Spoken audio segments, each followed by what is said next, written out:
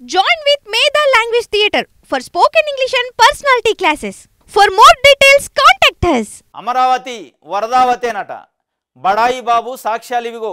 ప్రభుత్వమే హైకోర్టుకి ఈ విషయం చెప్పింది. హైకోర్టుకు 2 రోజులు సెలవు ప్రకటించాలని కోరింది. సచివాలయాన్ని ఖాళీ చేసి వెళ్లిపోయిన అధికారులు, మునిగిన చంద్రబాబు కరకట్ట బంగ్లా, ఇతర భవనాలు, రాజధానిలో పలు గ్రామాలను ముంచిన వరద నీరు, కృష్ణా కరకట్ట తెగితే 29 గ్రామాలు కొట్టుకుపోవడం ఖాయం. ఆ గ్రామాల ప్రజలు స్వచ్ఛందంగా కరకట్ట వెంబడి పహారా. అమరావతిలో రాజధాని వద్దని నాడే చెప్పిన శివరామకృష్ణన్ కమిటీ, ఐఐటి నిపుణులు ఇదే చెప్పడంతో వారిని పక్కన పెట్టిన ప్రభుత్వం. ఇది అమరావతి వరదావతి అయిందట. ఇదిగో సాక్ష్యాలని చెప్పి సాక్షి పేపర్ ఒక వార్త ఇచ్చింది. ఇది అమరావతి చుట్టూ ముట్టిన వరద.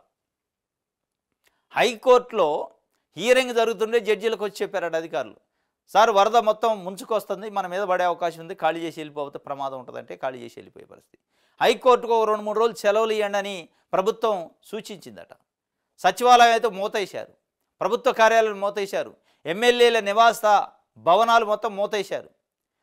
స్వయాన చంద్రబాబు నాయుడు గారు ఆయనకు సంబంధించిన ఇంటికి కూడా పోవడానికి సహాయం చేయక జిల్లా కలెక్టరేట్లో ఉంటుండు 4 రోజుల నుంచి.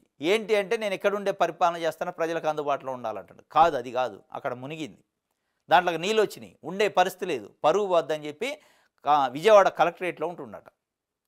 ఇది అంటే శివరామకృష్ణన్ కమిటీ ఏదైతుందో అమరావతిలో రాజధాని ఎట్టి పరిస్థితుల్లో ఫీజిబిలిటీ లేదు, పాజిబిలిటీ లేదని చెప్పింది. ఐఐటికి సంబంధించిన ఎక్స్పర్ట్ చెప్పారు ఇక్కడ అమరావతి అనేది రాజధానికి సూటబుల్ కాదు అని. కానీ అక్కడే పెట్టాలి, అక్కడే మాకు సంబంధించిన ఆస్తులు, భూములు, మా బినామీలకు సంబంధించిన భూములు, ఆస్తులు ఉన్నాయనే ఉద్దేశంతో అక్కడ పెట్టింది అనేది వైఎస్ఆర్సీపీ ఆరోపణ చేస్తుంది.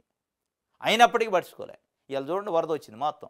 రేపు ఒకవేళ అమరావతి మీద మీరు అన్నట్టే 1,00,000 కోట్లు పెట్టుబడి పెట్టి బ్రిడ్జిలు, బిల్డింగులు, రోడ్లు వేసినప్పటికీ ఈ వరద వస్తే ప్రతి సంవత్సరం ముంపే.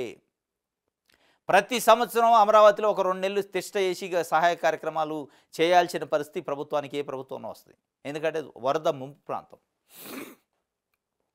మొత్తం యంత్రాంగం ఒక 2 నెలలు దీని మీద కాన్సన్ట్రేషన్ చేయాల్సి వస్తుంది.